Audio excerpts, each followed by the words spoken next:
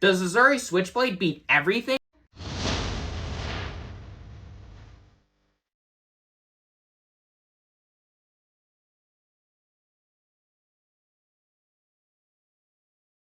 Hello and welcome to the table, and today I'm going to be confirming why Uzuri Switchblade, this budget Uzuri deck, can beat and has tools for every single matchup in all of Flesh and Blood. But before I get into that, let's talk about what Uzuri's wanting to do, her generically good cards, and how she has some incredible tools into every single part of the Mistveil hero right now. So what Uzuri's wanting to do is play a stupid little tiny stealth attack such as Infect. And then, it doesn't look too intimidating, but what you can do is you can use Uzuri's ability to take that little tiny stealth attack and switch it with a big 2-cost attack, such as Shakedown, which I've heard is a pretty good card. So yeah, the deck is basically cheating resources, playing massive disruptive beaters to just take the opponent down and make sure that they can't get a foothold on you. Now, generically good cards are just, again, generically good into every matchup, unless you're playing against freaking Kano. We got some cards like Flick Knives, which, if you're playing an Assassin, unless you're new, Flick Knives, you just have. Because this card's just really good at allowing you to get those last couple of points of damage and just disrupt the opponent just enough to where you might be able to take the tempo of the game back from your opponent. In addition to that, there's also cards like Fate Foreseen, cards like Sync Blow, the classic defense reactions of the game, cards like Sigil of Solace, which I've heard that this card's good, Pummel, which absolutely love Pummel, Shakedown, another amazing card I talked about a little bit earlier, and Humble. But beyond that, those generically good cards that are good into every matchup, unless you're playing against Kano, there are other cards that are good into every matchup, into every deck in the game right now. But to start things off, we got the Part the Mistveil decks. Every single Part the Mistveil hero has had like a ton of hype. Enigma's this, New this, Zen's the best deck in the game. Wait, New's now the best deck, and this and that, and all the things. So, in order to face against those matchups, I got multiple tools in the sideboard mainly to help for both of those for all of those matchups. For example, Zen, some of the latest type that we've seen lately, Amnesia is pretty good into Zen. I mean, when it hits a hero, cards and tokens they own lose and can't gain names until the start of their next turn. And, that's pretty good because Crouching Tigers are a pretty powerful part of Zen, and, you can just kind of turn off their bonds and their crazy, combo turns. But then facing off against you do have some really good defensive options already, like Sink Below, like Fate Foreseen.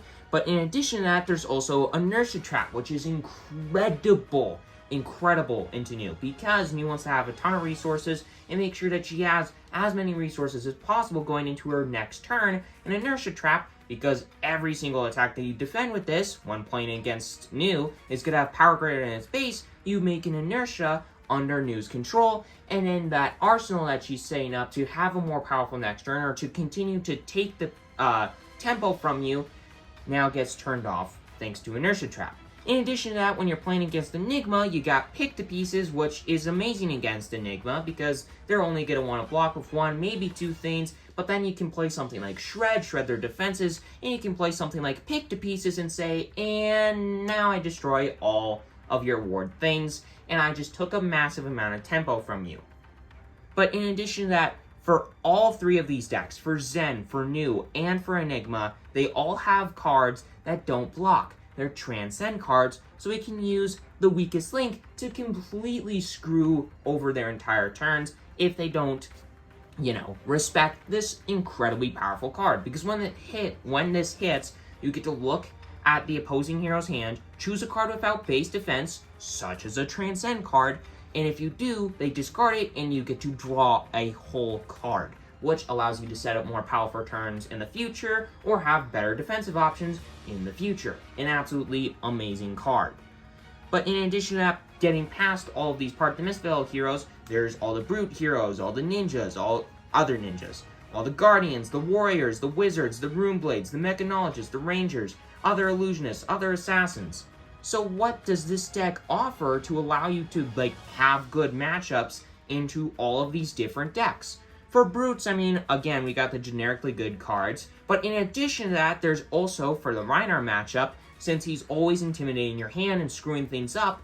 If you really need to take the pressure back or take the tempo back and you need a couple extra cards, you need to figure out and you need some help like getting what you need back or whatever, Hope Merchant's Hood is there for you, because while yes, this is mainly in the deck because there aren't a ton of really good budget head slots for Uzuri right now, Hope Merchant's Hood is also just so happens to be good into Rhinar, allowing you to, let's say you get some of your most powerful cards intimidated away from you. Well, now, you know, you can shuffle some stuff away, and now you can kind of get some of the cards that you might need, like Scowling Fleshbag. You get blocked by a Scowling Fleshbag, your thing that you want to switch in gets intimidated away. You can use Hope Merchant's Hood to possibly get a new thing to switch in to keep the pressure on the opponent.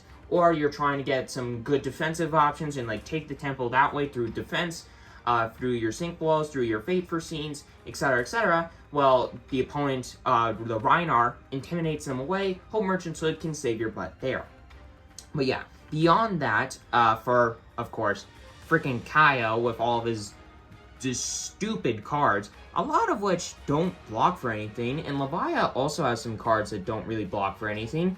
Weakest Link is also amazing against them. And Kyo is one of the best decks in the game right now, so Weakest Link is good into Zen, one of the best decks in the game right now, into Kyo, which is one of the best decks in the game right now, into Nu, into Enigma.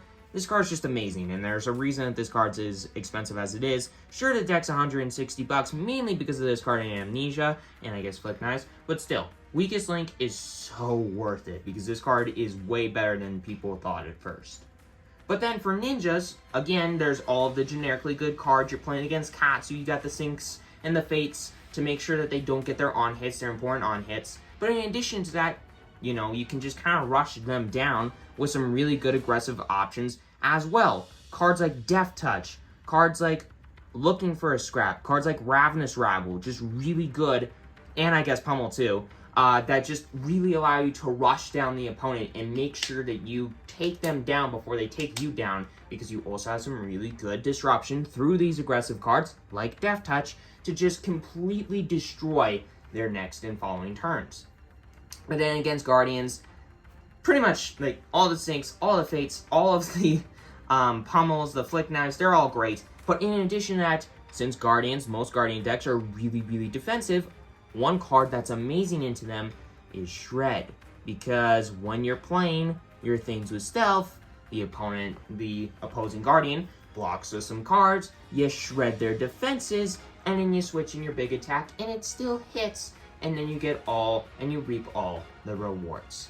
But then against Warriors, Flick Knives, Pummel, Humble, they're all great and all, but the main thing that's good against Warriors is Inertia Trap. This card, similarly to new matchups, is just completely devastates them, completely shuts off power turns that they're setting up through their arsenal, or just other cards that they're kind of wanting to hold back on to take advantage of on your turn or whatever. This card just says no.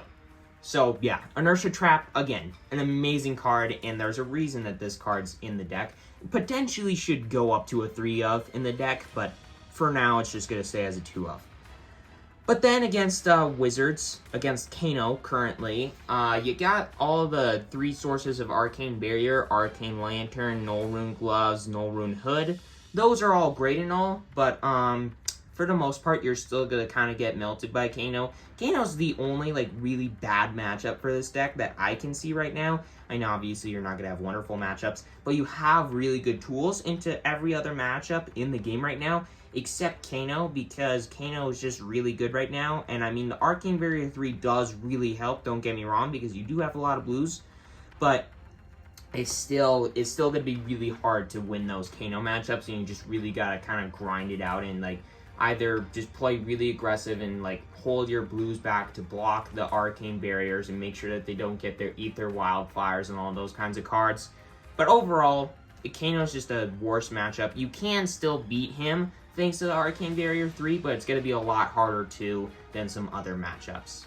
But then against Runeblades, I mean, Arcane Barrier 3 is also very good against any Runeblade. But in addition to that, similarly to the ninjas, you got Death Touch, you got Looking for a Scrap, you got Ravenous Rabble, allowing you to, and Pummel, again, I guess Snapdragon Scalers too, that allow you to really rush down the opponent and make sure that you, like, rush them down and just get damage on them, disrupt them, the Rune Blades. Ninjas and Rune Blades are going to be very similar when you're playing against Uzuri. It's just with Rune Blades, you got Arcane Barrier 3. Mechs, very similarly to the Rune Blades, to the ninjas, you're just going to want to rush them down, you're going to want to disrupt them. But in addition to that, if you can't do that and you're playing against something like Wombat Dash or whatever, I don't know what it's called, but basically the dash, it just like grinds out the game and is kind of more defensive and whatever, you can just fatigue her and disrupt her to absolute no end, because that's what this deck does best. I mean, as you can see, there's a ton of ways to do that. But then Rangers, in addition to all the cards that I've listed earlier, all the defensive options, there's Inertia Trap. Basically, Azalea, I mean, not Bolton, what's his name? Riptide to a point, I mean, is slightly different than Azalea, but the main deck that you're wanting to focus on for Rangers is Azalea. And Azalea and New, in a lot of ways, are very similar.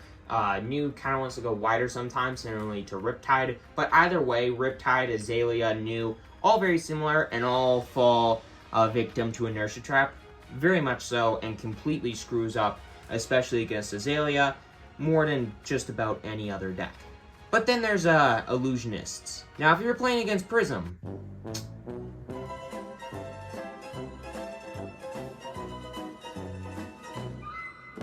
I think you're kind of set. You got quite a few poppers, not gonna lie. Only a couple. So overall, I think Prism kind of folds to this Uzuri deck. So yeah, you don't really need to worry about Prism. And Enigma, we already talked about why this deck is good against Enigma, because of Pick to Pieces, because of Weakest Link, and because of quite a few cards in this deck, actually, but still. But then, there's Assassins, which, I mean, there's the Uzuri Mirror Match, and then there's Arachne, which you don't really need to worry about a ton, but still, Arachne is a deck that exists. Mainly what you're wanting to do when in a Mirror Match against another Assassin deck, you're just wanting to outvalue and outgrind, because this deck can do that better than almost any deck in the game right now. It can play aggressive, it can play defensive, it can pivot better than almost any other deck in the game, in my opinion right now, and it's just an absolutely wonderful and absolutely amazing deck. One playing against the Mirror Match of Uzuri, and really good into New, like I said earlier, and Arachne, I mean, you just kind of outvalue and outgrind, because, I mean, Arachne can do that really well in some senses, but Uzuri just does it so much better. Now, while this deck doesn't have the absolutely best equipment, Snapdragon Scalers, Flick Knives, those are great, but you don't have Crown of Providence instead of the Hope Merchant's Hood, which is a lot better in my opinion. You don't have Fine Bell Spring Tunic instead of Blossom of Spring, which, I mean, Hope Merchant's Hood and Blossom of Spring, they're fine equipment, but they're still not the best. But even with those slight downsides, this deck is absolutely insane, an absolutely incredible deck, one of the most disruptive decks, without some of the best cards that she has access to, without Codex of Frailty, without the, Command and Conquer instead of the Wreck Havoc. This deck is absolutely incredible, and if you're wanting to get into Uzuri, or you're just wanting to play a deck that's really good into so many of the decks, into pretty much every deck in the game right now, this is the deck for you. It is worth the $160. With all of the amazing and all of the powerful cards in this deck, it is worth the pickup. And anyways, with all that aside, make sure to hit that subscribe button, hit that like button. It's completely free, you won't regret it. And enjoy, everybody.